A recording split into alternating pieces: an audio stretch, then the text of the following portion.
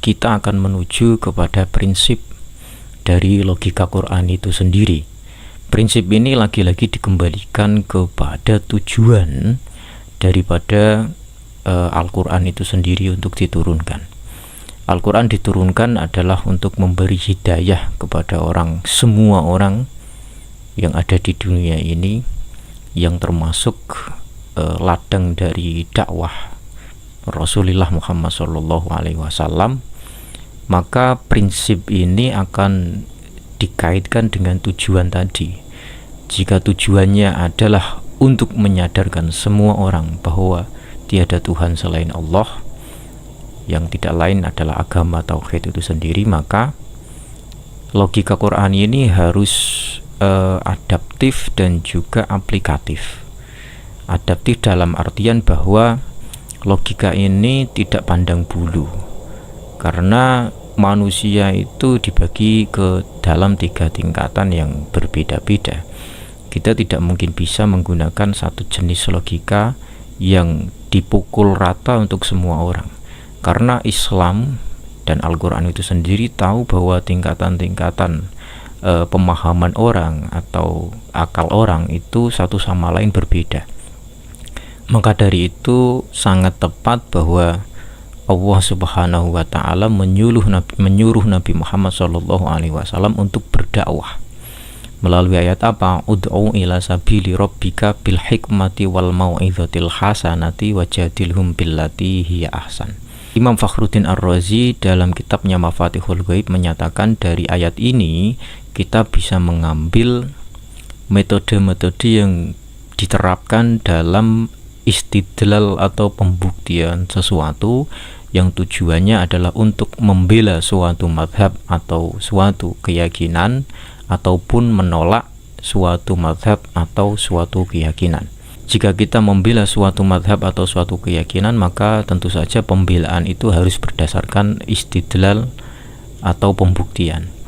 Pun ketika kita menolak madhab tersebut, kita juga harus mengungkapkan istidlal kita atau pembuktian kita, agar apa? Segala sesuatu harus dibuktikan, tidak berdasarkan taklid buta.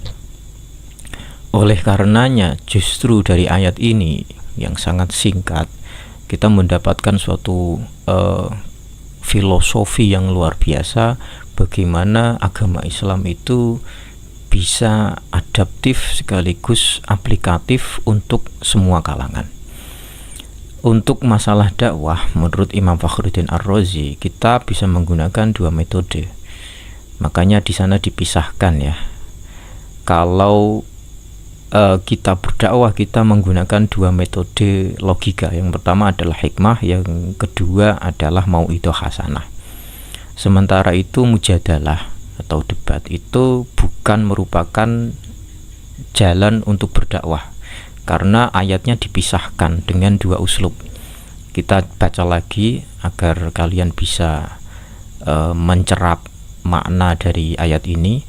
Yang pertama adalah ud'u ila sabili rabbika bil hikmati wal mau'izatil hasanah. Berarti Nabi Muhammad disuruh oleh Allah, diperintahkan oleh Allah untuk mengajak semua manusia dengan cara apa? Dengan hikmah. Kemudian dengan cara apa? Dengan cara mau'idzah hasanah. Kemudian wajadilhum billati hiya ahsan. Kenapa wajadilhum billati hiya ahsan ini tidak dimasukkan ke dalam ad-da'wah? Ya karena perintahnya aja berbeda. Ini kalimat perintah yang berbeda.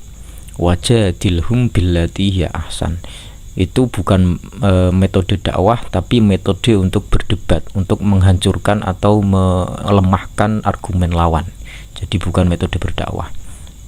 Kalau Al-Quran ingin menyatakan bahwasanya mujadalah atau debat ini termasuk metode dakwah, tentu saja uslub dari Al-Quran tadi bukan seperti yang ada sekarang, tapi malah justru misalkan ud'u ila sabili rabbika bil hikmati wal mau'izatil hasanati wal mujadalah al ahsan atau wal jadal al ahsan. Nyatanya Al-Quran tidak berbicara seperti itu, tetapi berbicara yang kita ketahui bersama tadi atau yang sudah saya baca.